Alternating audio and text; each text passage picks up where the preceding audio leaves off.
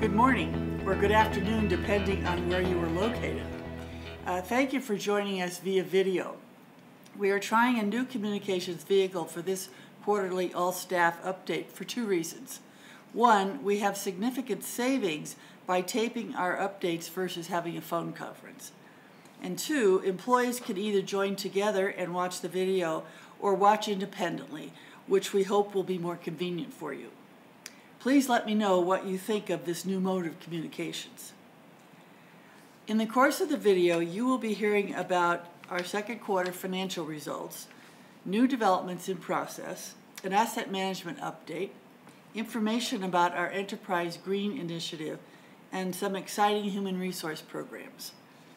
Also, as you know, we asked each of you to submit your questions ahead of time, and these questions will be answered during the course of this video. Thanks for taking time to send in your questions. I'd like to start, as we usually do, with a reflection. And I want to read a letter that was sent to us by one of the former residents of Plaza Maria in San Jose, California. I would like to thank Mercy Services for providing my family and myself a safe and affordable rental apartment for the last 9 years.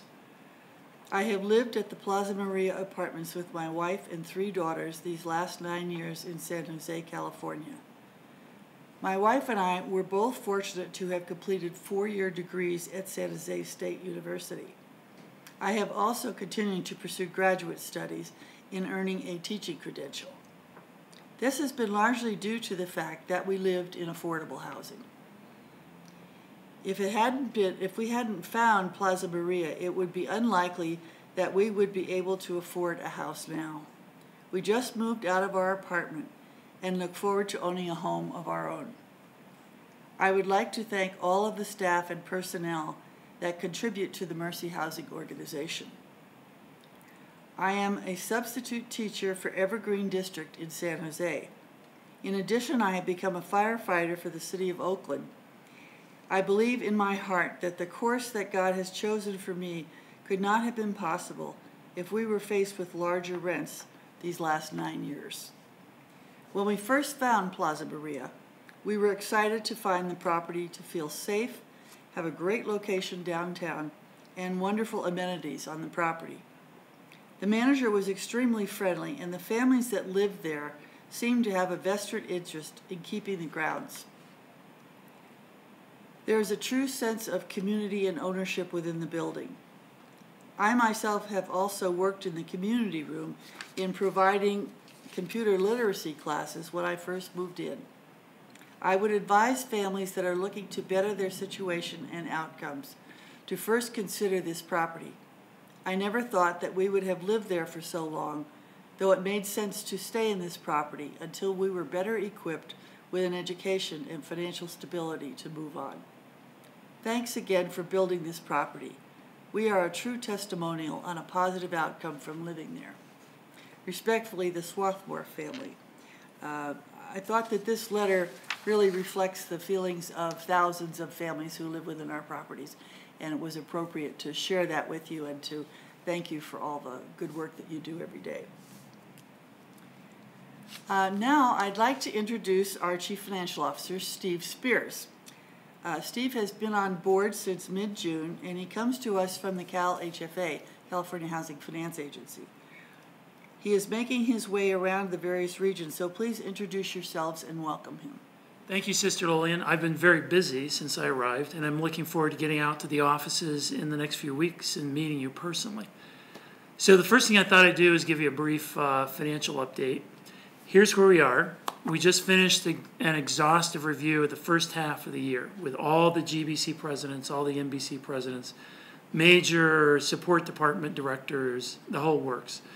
We looked at the first 6 months results. We took that and took what we know about the rest of the year and planned the rest of the year. And I have to tell you, we have our work cut out for us. And here's why. The first 6 months results look like this. Let me back up and tell you about the budget plan. It was voted on by the board in December of 2011. That had us at a minus $1.3 million cash flow at this point in time, at the end of June 30. So where were we actually? At June 30, actually, we were at $3.5 million in negative cash flow. And so you want to probably ask why, and I don't blame you. Some developer fees slipped from the first half of the year to the second half of the year. We spent a little more money on property feed on some properties than we had planned, and we're behind in a couple of other areas. We do have operating lines of credit, so not to worry about the negative cash flow. As I said, that was planned on, and we have operating lines that cover that temporary shortfall. So now, what's going to happen between July and December? Of course, that's very important. Back to the budget plan. What was originally planned for the entire year was positive $2.8 million in cash flow. So the budget plan itself plans on us doing $4 million of positive cash flow in the last half of the year. So we need to stay on that budget plan. It's very important for the second half of the year, and we need to make up some ground. Very important as well. So revenue-wise, we're going to pick up those developer fees that slipped to the second half of the year. Asset management is going to come in ahead of plan based on actual audits of properties that are going on right now. Property management will come in ahead.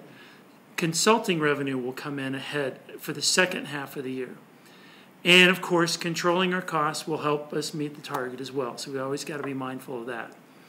Based on the forecast that we've just completed, we're going to finish the year very close to the original plan of $2.8 million of positive cash flow.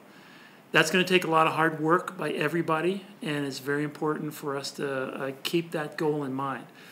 And why is that so important? Why is it so important to stay close to the budget plan? The 2012 budget plan is based on the sustainability plan that the board looked at and I think was presented to you in the past year or so. That's the path that we need to stay on to make us financially stronger. It's very, very important. Affordable housing is a difficult world from a financial standpoint. You guys all know that. We help those who need help the most. That's our mission. It's difficult to do, and we depend on a lot of partners to get it done. We have to get financially stronger and sustain ourselves financially to continue to do the good things that we do. That's why it's so important to stay on this plan. So that brings me to a couple of questions that were asked. First, and here's a direct quote, as the new CFO, can you talk about your definition of being good stewards of money? Sometimes it seems as though we unnecessarily spend money with off-site meetings, out-of-town gatherings, etc. That's a really good question. Stewardship's really high on my priority list. My definition of being good stewards is to ask yourself every time you spend dollars at Mercy Housing, does it further the mission of Mercy Housing?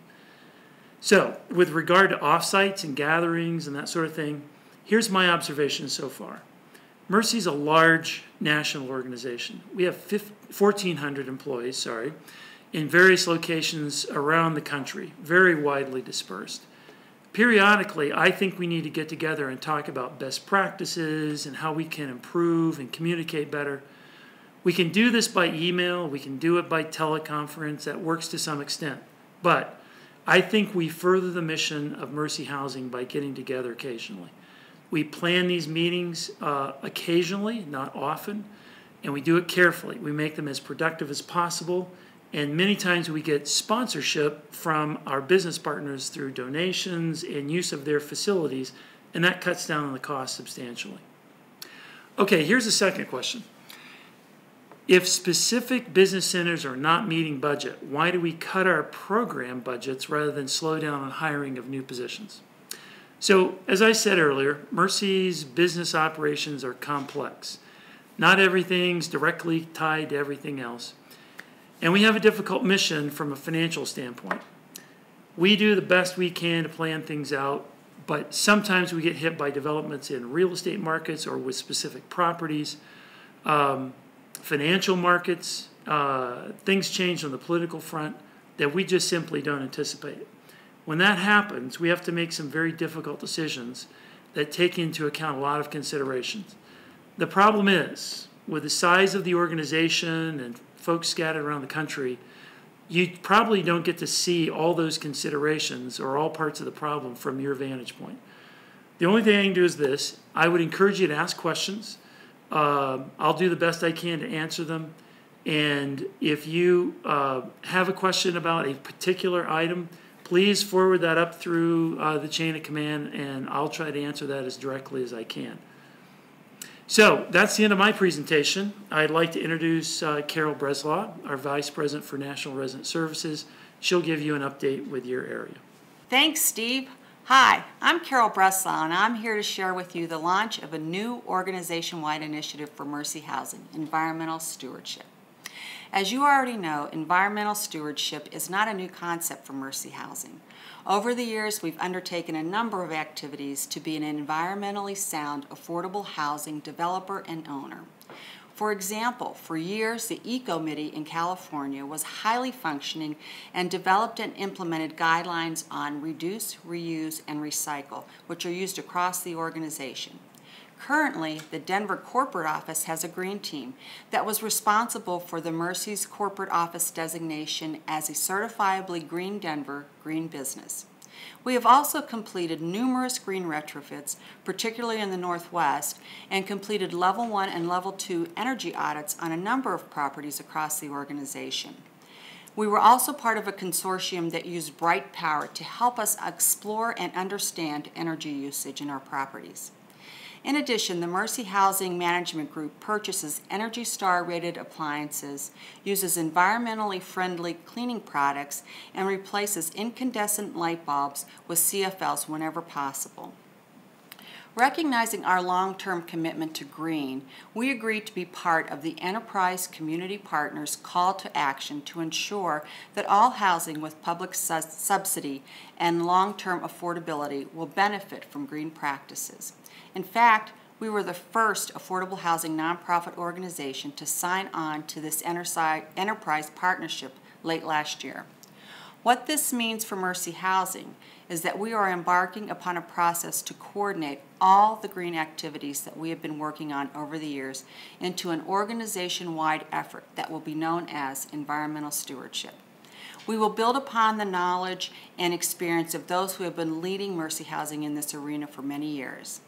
The goals of this endeavor are illustrated in this slide. Number one, we will assure that all new construction and major renovation projects will pursue certification for Enterprise Green Communities Standard or the equivalent. Number two, we will explore opportunities for greening existing properties. And number three, we will integrate green into property management, resident services, and corporate office practices. We've also promised to share our learnings and experience with Enterprise as we move forward with this project. So how are we going to get this done? We have created an environmental stewardship steering committee that is charged with providing oversight to the development and implementation of this call to action for Mercy Housing. This committee will have representation from key business and support centers within the organization. The committee members will serve as champions for the effort, as well as assure that the work that we need to get done gets done. Please take a look at this membership list so you'll know who to turn to for information or if you have thoughts or ideas that you'd like to share on this very important issue. So, where do we go from here? Now that we've identified the steering committee members, we are in the process of cataloging our past successes and learnings, and will begin to establish a work plan and timeline for this endeavor. We are also making a commitment to you to communicate about our progress and to let you know when and where we need your support and help. Please remember that we need you to make this a successful effort and to establish Mercy Housing as a leader in environmental stewardship. Now, I'm going to turn this over to Jennifer Erickson, our Senior Vice President for Real Estate Development and Asset Management, who's going to talk to us about asset management. On Sunday night, I was at the grocery store, and as I was checking out, I had a conversation with the woman behind the counter, a woman named Louise, and she was asking me a lot of questions about products I was buying and my weekend and the week that I was facing. And one of the questions she asked me then was where I worked. And when I told her that I worked at Mercy Housing, she stopped scanning my groceries and looked me in the eye and said, "Thank you." And as she told me her story, she had been just 2 years ago, she faced homelessness and ended up in a homeless shelter with her 2 young boys after she left an abusive relationship. And through that shelter, she was introduced to Mercy Housing, and she applied to live at one of our properties here in Denver. And she was telling me that when she moved into her new apartment, and she was met with so much kindness and compassion from our staff, from our maintenance staff to our management staff to our resident services, she told me that it was the first time in her adult life that she felt like she had worth. And it was from that experience that she really started to realize that she could take care of not only herself, but her children. And so as I left that conversation and I left the grocery store, not only did I have a week's worth of groceries, but I also felt like I was leaving with a gift. And I had a reminder of the importance of the work that we do here at Mercy Housing. And that work over the past 30 years has enabled us to become one of the largest developers and owners of affordable housing in the country, as we have pursued creating housing for families like Louise across the country. And inspired by our mission and values, we have developed something really real and tangible. And that is a real estate portfolio that's valued at over $2.5 billion. And as you look at Mercy Housing's current strategic plan, one of our 6 key areas of focus is stewardship of that $2.5 billion portfolio. And our existing portfolio provides housing for over 16,000 families across the country. Maintaining those properties is critical not only to the financial success of Mercy Housing, but also to providing the quality of life that we want for our residents. And that is really where asset management comes in. And as we look at each one of our properties, asset managers are charged with ensuring that it is financially sustainable, that we are meeting the expectations and requirements of our partners and our funders, and that we're providing a safe and healthy home for our residents so that they can live in dignity.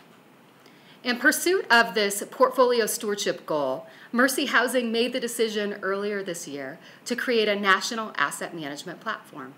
And it was determined that in order to best manage our portfolio of over 260 assets, we needed a centralized and standard approach with a focus on enhancing the visibility of our portfolio through new reporting tools, improving our overall portfolio performance, reducing risks in our portfolio by creating strategies to address capital and financial needs for our properties, and implementing standardized processes. And to this end, we have developed a 4-phase operational excellence program for asset management. And on Monday, August 13th, Asset Management began the first phase of this program, which includes implementation of Asset Eye, which is our nifty new asset management database system for monitoring performance and storing data. In addition, all of the asset managers across the country are now reporting to the Vice President of Asset Management, Melissa Clayton, who is based in Denver. And by having this centralized reporting, it will provide consistent oversight and best practices as we evaluate and manage the entire Mercy Housing portfolio. In addition, we are launching this month a new risk rating process, and we will have quarterly collaborative watch list meetings between the Geographic Business Center teams, Mercy Housing Management Group, and Asset Management. And these collaborative meetings will allow us to focus on all of the underperforming assets within our portfolio, as well as the plan of action to get those properties back on the right path. Finally, we have created a transactions team, and this new team is focused on addressing any of the properties in our portfolio that we have identified as needing to be worked out or restructured. And in addition, this transaction team is partnering with our asset managers to optimize the financial results on our properties by identifying what properties can be refinanced and repositioned. In the near future, we will begin phase 2 of operational excellence for asset management, and this will include formal asset business plans for each property, 5-year capital improvement plans, and site inspection procedures. We are very excited about the opportunities and efficiencies that Asset Management Operational Excellence Program will provide Mercy Housing as we seek to be the best possible steward of our portfolio for the benefit of our residents, people like Louise, and the communities which we serve. At this point, I would like to introduce Jane Graff, our Chief Operating Officer, and also our Chief Collector of non-memorabilia. All right, thanks, Jennifer. So I have the distinct pleasure of being able to take you around the country and talk about new developments, real estate developments happening at Mercy Housing. You know, you would think after this really significant dip in the real estate market over the course of the last few years, we wouldn't have much going on, but that is not the case. We are really busy in every market. And so I'm going to take you through a few exciting new developments, not everything that we're doing, but a few of the ones that have just recently come alive, and I think you'll find this to be a lot of fun. So first, let's start in the Southeast. Mercy Housing Southeast has been very busy over the course of the last year, and the first development is Etowah Terrace, which is in the city of Rome, Georgia, which is about, I don't know, an hour and a half, maybe 2 hours from Atlanta. And we just finished there 77 units of senior housing, 1 and 2 bedroom units. And this was part of a really incredible effort on the part of the city of Rome to redevelop an area that was just adjacent to the downtown that was in real significant decline. And as you see these pictures, and a few of the pictures of the grand opening, I'm sure you will agree with me that we have really developed a really stunning development. It's finished, it just finished in June. It's fully rented up, and the dedication event, as you can see here, was in August. So we're really excited about that development. Then we move on to our very first development in the state of Alabama, and that's Arbors at Ellington.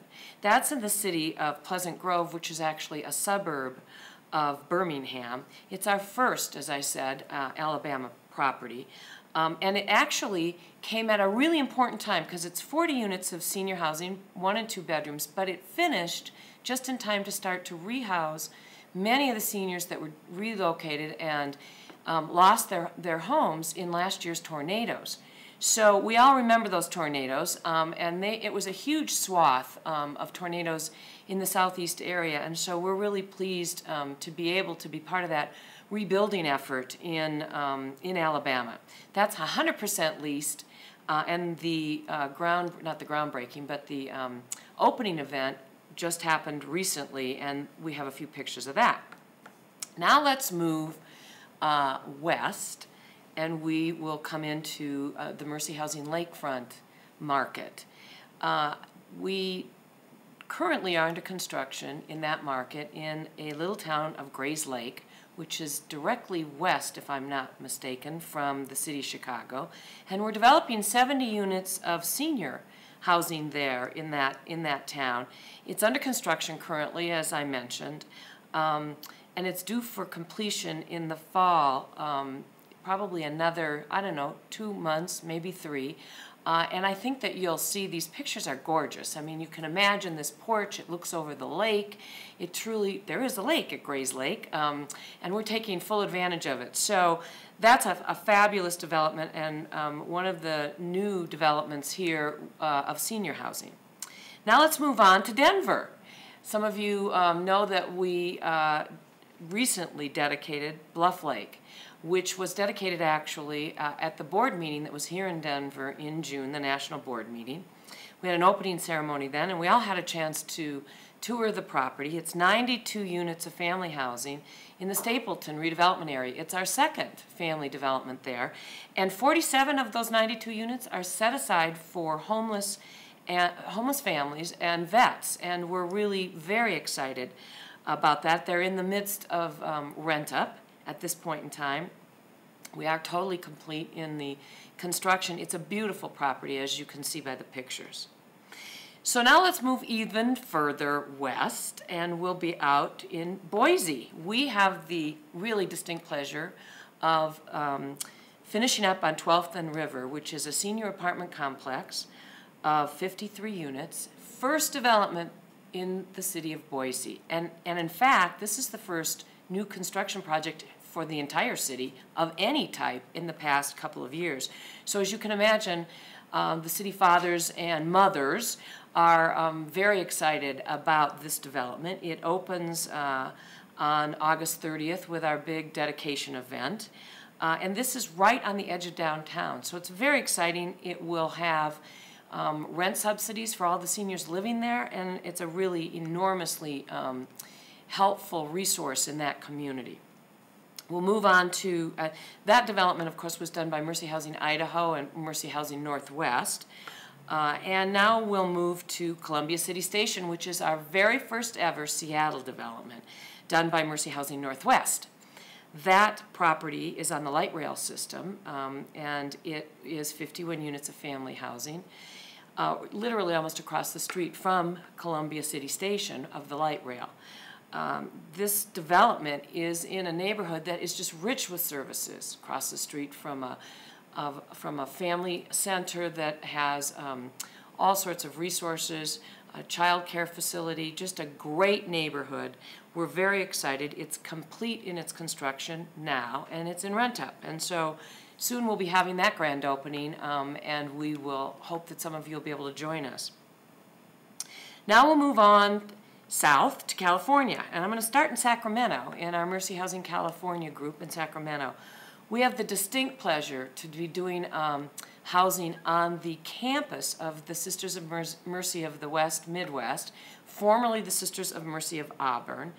And Auburn Senior Housing is being developed there. It should be complete in the next 12 to 18 months. It's 61 bedroom units serving seniors on this unbelievable campus where there is there is an assisted living facility that serves a lot of the sisters. There's a retreat center.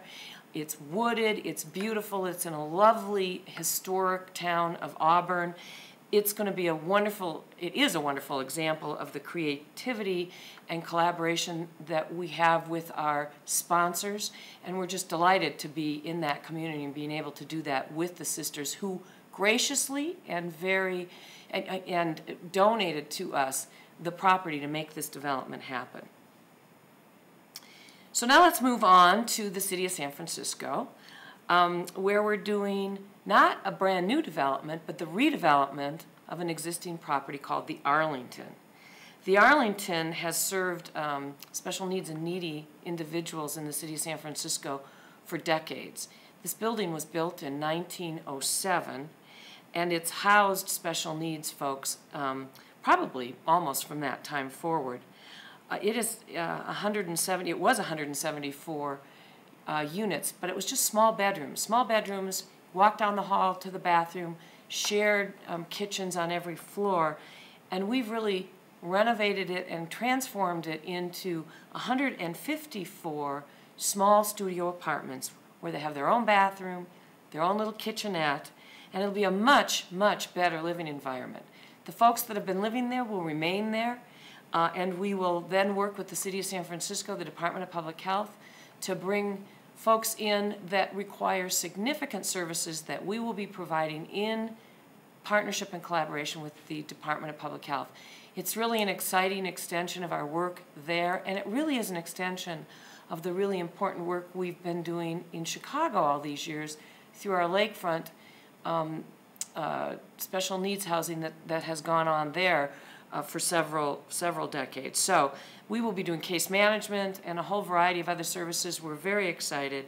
This property will be complete in September. We should be having an open house probably after the first of the year.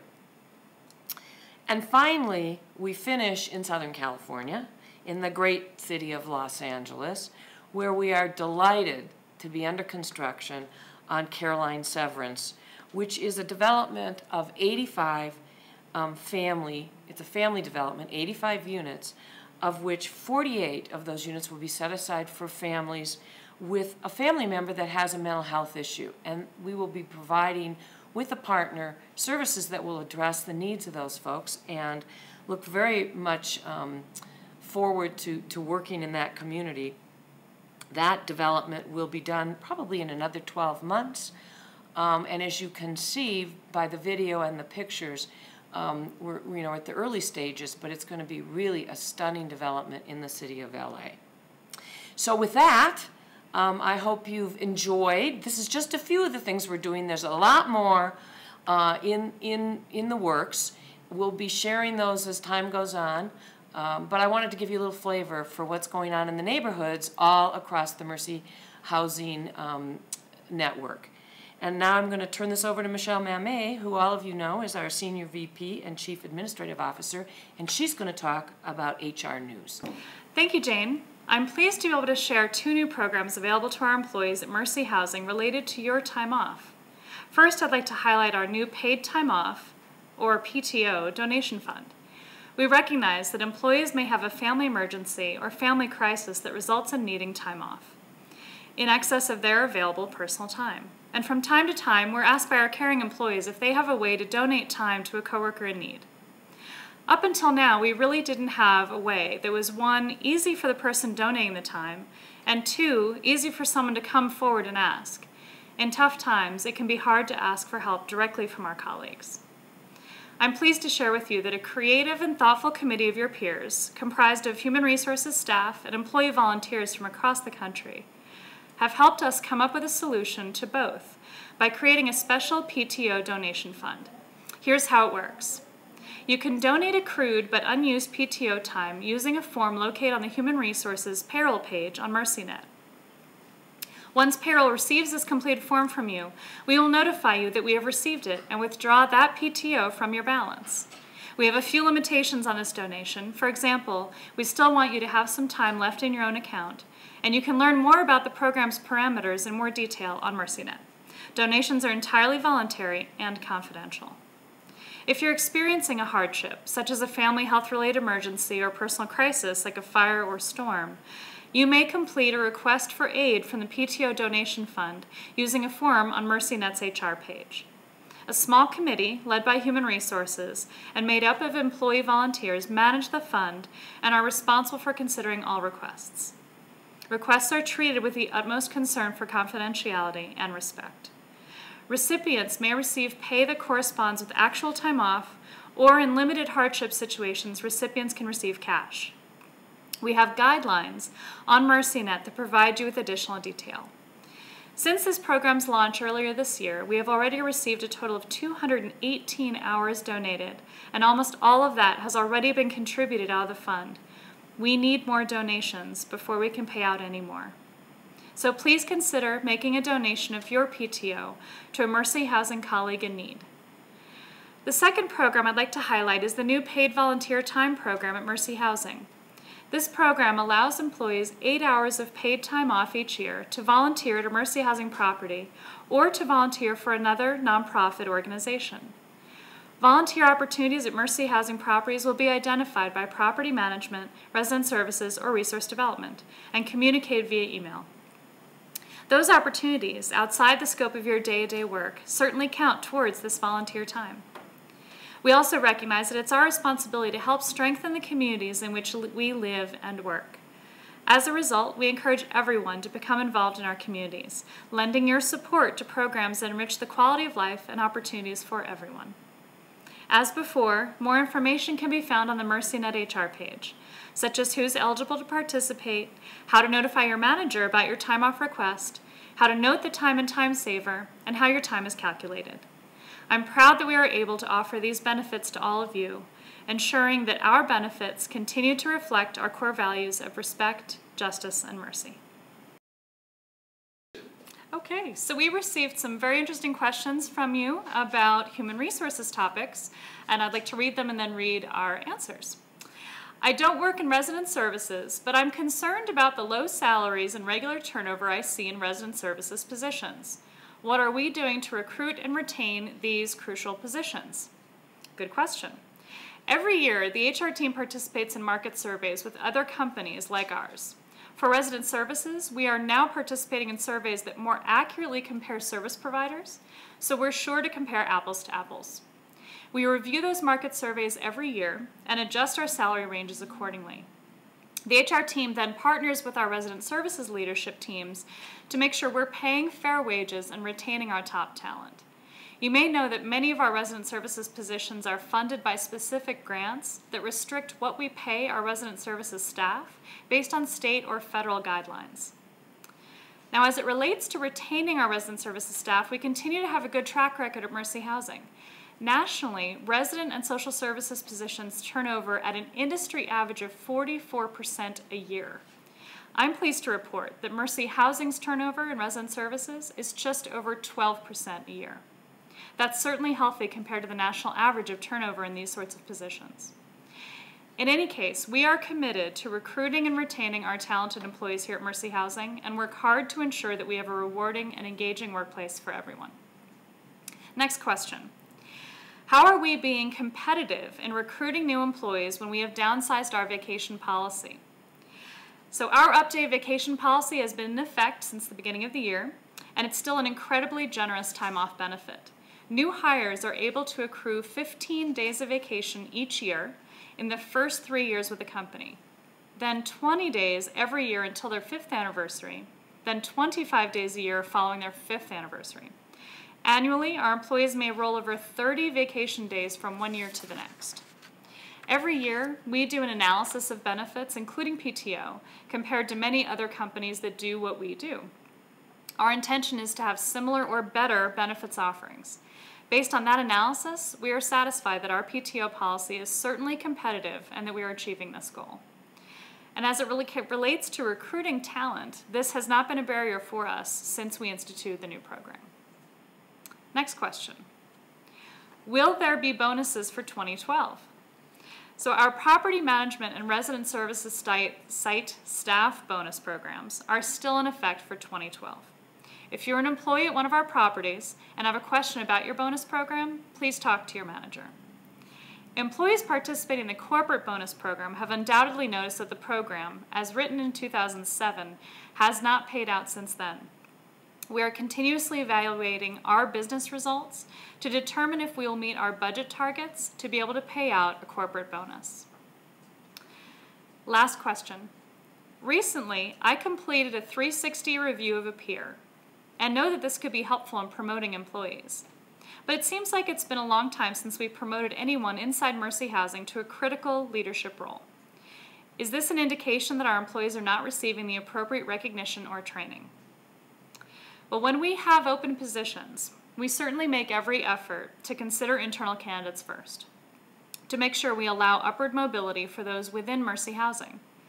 We also seek to balance that with a mix of individuals from outside of the organization to bring a fresh perspective. Since July 2011, 88 Mercy Housing employees have received promotions, and that's in the last year. Over the last 3 years, 50% of the open positions on the senior leadership team have been filled with internal candidates. So the next question is basically a question about our donor strategy. So the question is, I recently read our annual report online, and I'd like to hear more about our donor strategy since the report focuses on corporations and foundations. It's a really great question, and we, like many organizations, struggle with our ability to bring in individual donors, which we know is a major focus and is important to our overall fundraising strategy. We're doing two things. First, we have recently hired in our market here in Colorado and in our corporate office, Jim Gilpin, who is directing our major gifts efforts at the national level with our national office, as well as working in Arizona, Colorado, and Nebraska. Thank you. Arizona, Colorado, and Nebraska. So Jim is helping to focus us in this area, and we'll be hearing more from him as time goes on, as well as Donna Jarrett, who's been working very much focused on national individuals to bring to our national effort. We also have hired a consulting firm, which our fundraising council has been working with, and Liz Coldine has been working with over the course of this year to help us really focus in on what kinds of things can we be doing in fundraising, and in particular in major gifts with individuals that will really position us to expand that area of donations going into the future. We will be getting their report probably in another couple of months. We'll be reporting on it at our October board meeting, national board meeting. So there will be a much more focused plan at the end of the at the end of the third quarter of 2012, and hopefully you'll be hearing much more about that in the future. I have one question that was assigned to me to answer, and I'll read the question. Since our livelihoods depend on affordable housing, can you provide some insight as to our candidates?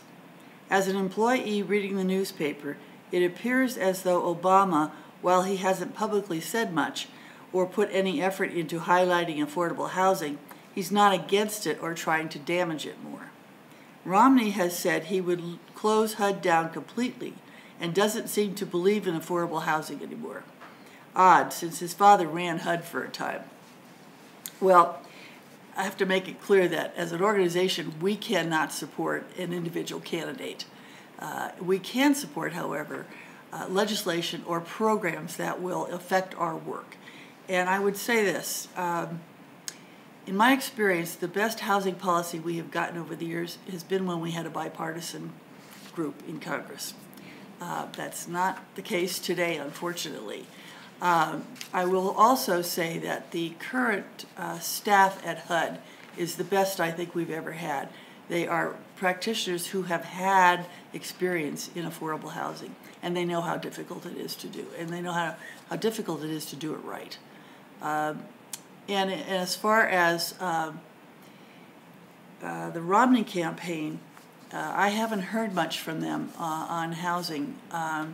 But I would suspect that if we have a Romney presidency, we will see major cuts in the HUD program.